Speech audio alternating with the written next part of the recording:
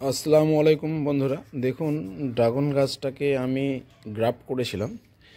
এই নিচের দিকের যে চোখগুলো আছে এই চোখগুলোকে আমি নষ্ট করে দিয়েছি। কোনো চোখ নয়, এটা হলো আপনার স্টাগ মোরাক্কাম রেড ড্রাগনের টুকরো, এটা চারা। আর এর উপরে আমি কেটে দিয়ে একটা হলুদ ড্রাগন লাগিয়েছি। দেখুন হলুদ ড্রাগন, এটা গ্রাফট করে দিয়েছিলাম লিকুইড প্লাস দিয়ে। এটা সাকসেস হয়ে গেছে, এটা জয়েন্ট হয়ে গেছে। চারিদিক থেকে যদি দেখাই দেখুন এটা জয়েন্ট হয়ে গেছে।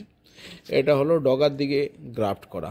আর এই চোখগুলোকে আমি কেটে নষ্ট করে দিয়েছি যাতে সারভাইভ করতে না পারে নিচের অংশটা, কারণ আমি এই অংশটার গাছ আমি চাইছি না। আমি যা চাইছি এই হলুদ ড্রাগনের অংশটা থেকে শাখা পোশাখা তৈরি হোক। এই একটা ভিডিও দেখলেন। আর একটা দেখলেন, আর একটা, এটা হলো আমার মোরাক্কাম রেড ড্রাগন।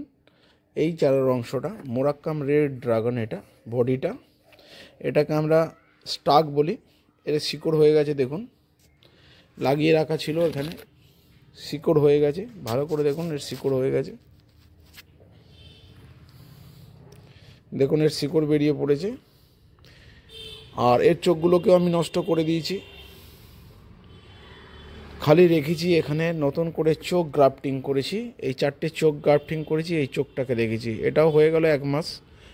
শীত শেষ হলে এখান থেকে শাখা পোশাখা বেরোবে। কীভাবে করেছি, লিকুইড প্লাস দিয়ে টিপে বসিয়ে দিয়েছি, চোখগুলোকে কেটে পরিমাণ মতো সাইজ মতো করে কেটে দিয়েছি। দেখুন এটা হলো চোখ গ্রাফটিং। এই চারটে চোখ ছাড়া এ সারভাইভ করতে পারবে না, এর কোনো চোখ নেই। সব চোখকে পর্বগুলোকে নষ্ট করে দেওয়া হয়েছে। এটাকে আমি এই পাত্রে রেখেছিলাম গার্ডেন সয়েল, বালি ইত্যাদি দিয়ে। এটাকে যেভাবে রাখা আছে দেখুন, এটা এরকম করার সুবিধা কি আছে, ড্রাগন চারা তো এমনি লাগিয়ে দিলেই হতো। এটা হাইব্রিড ড্রাগন তৈরি হচ্ছে, হাইব্রিড চারা। এতে ফলন বেশি হবে, ফাঙ্গাস বা রোগের আক্রমণ হবে না, ধসা পচা হবে না, এবং ফল সুন্দর শৌখিন এবং পরিমাণ বেশি হবে এবং ফলন বেশি হবে, যেটাকে আমরা শঙ্কর প্রজাতির চারা বলে থাকি। এটা এইভাবে আমি লাগিয়ে নেবো এটাকে এই কৌটোর মধ্যে। দেখুন বড় শীত শেষ হলে একে আমি বড় টবে আবার ট্রান্সফার করব। হ্যাঁ বন্ধুরা দেখুন, আর একটা চারা আমি দেখাই। এটা ডগের দিকে গ্রাফটিং, এরও সেই চোখগুলোকে নষ্ট করে দেওয়া আছে।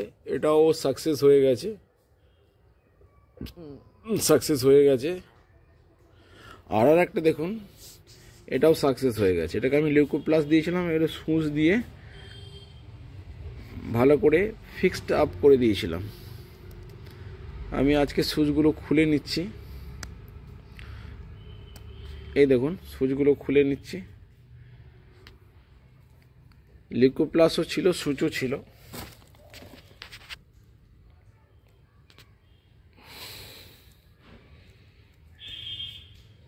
এই দেখুন 3টে সুচ দেওয়া ছিল এবং লিকো প্লাসও দেওয়া আছে।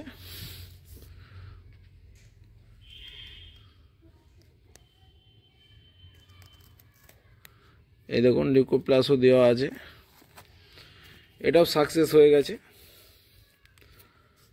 তাহলে আমার 4টে চারা তৈরি হলো।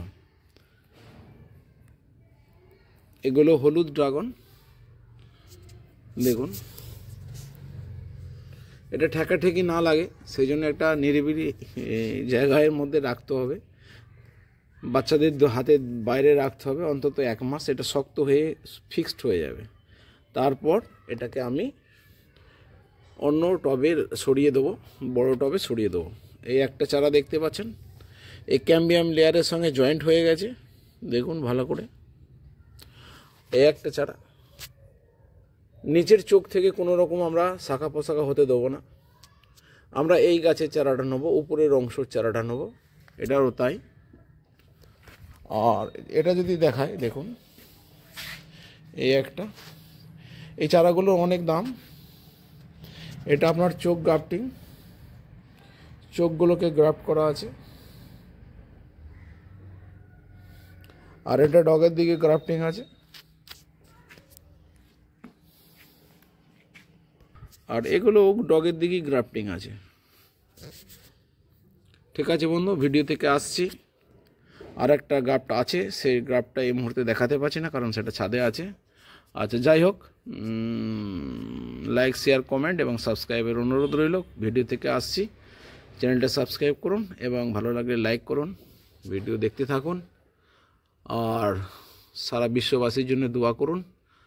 সুস্থ থাকুন, স্বাস্থ্যবান থাকুন, সকলের জন্য দোয়া করবেন। খুদা হাফেজ। ভিডিও থেকে আসছি।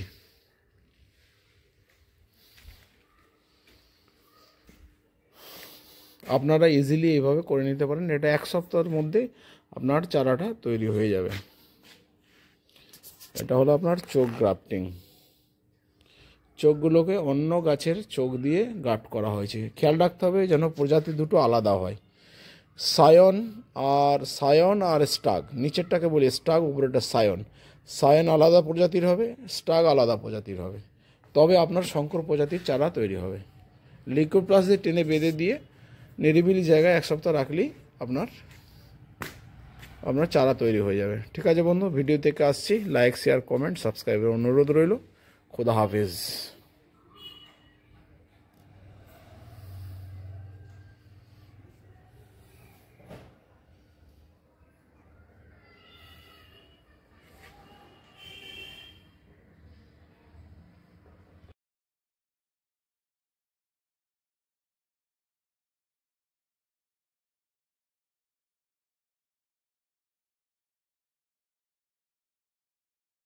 আসসালামু আলাইকুম বন্ধুরা, দেখুন ড্রাগন গাছটাকে আমি গ্রাফট করেছিলাম।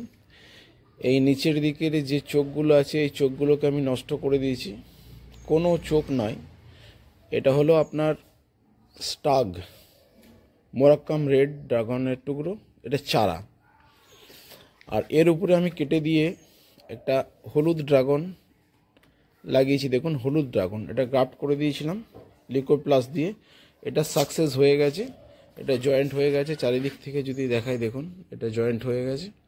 এটা হলো ডগার দিকে গ্রাফট করা।